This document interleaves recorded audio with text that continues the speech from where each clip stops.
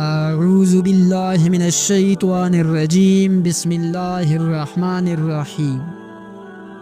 امام فخر الدین رازی رحمۃ اللہ علیہ تفسیر الکبیر اور علامہ آلوسی رحمۃ اللہ علیہ نے روح المعانی میں فرمایا، حضرت با یزید بستامی رحمۃ اللہ علیہ نے ایک روز اللہ کی بارگاہ میں عرض کی، یا رب العالمین، کوئی ایسی چیز، کوئی ایسی صفت بتا جس کو میں اپناؤں تو تیرا بہت زیادہ قرب نصیب ہو جائے۔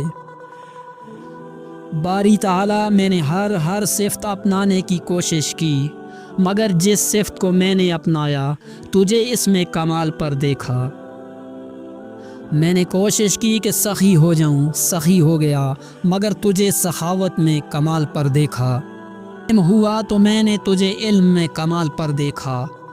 معافی و درگزر کو اپنایا تو تجھ سے بڑا معاف کرنے والا کوئی نہ دیکھا۔ ہادی بنا تو تجھے ہادی دیکھا، شفیق بنا تو تجھے شفقت فرمانے والا دیکھا۔ لوگوں کو عطا کیا تو سب سے زیادہ عطا کرنے والا تجھے دیکھا۔ الغرض ہر صفت اپنانے کی کوشش کی، مگر ہر ایک کے اندر تیری اولیت کی شان دیکھی۔ اے میرے مولا، میں کس صفت کے ذریعے تیرا قرب حاصل کر سکوں گا؟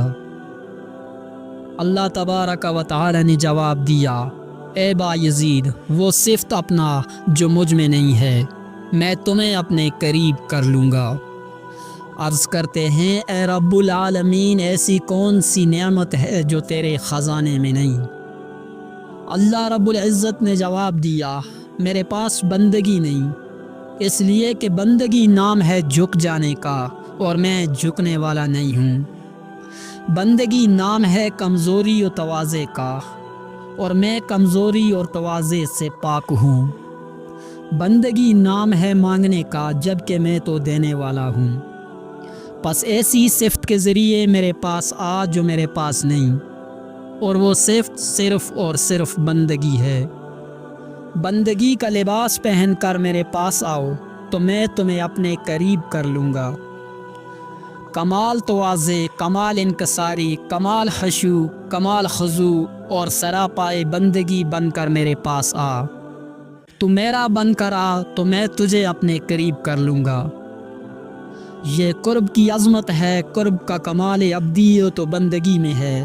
انسان کا کمال کسی صفت میں نہیں، جتنا کمال بندگی و عبدیت میں ہے۔ جو عاجز ہوتے ہیں اللہ تعالیٰ ان کو کمال عطا فرماتا ہے۔ وما علینا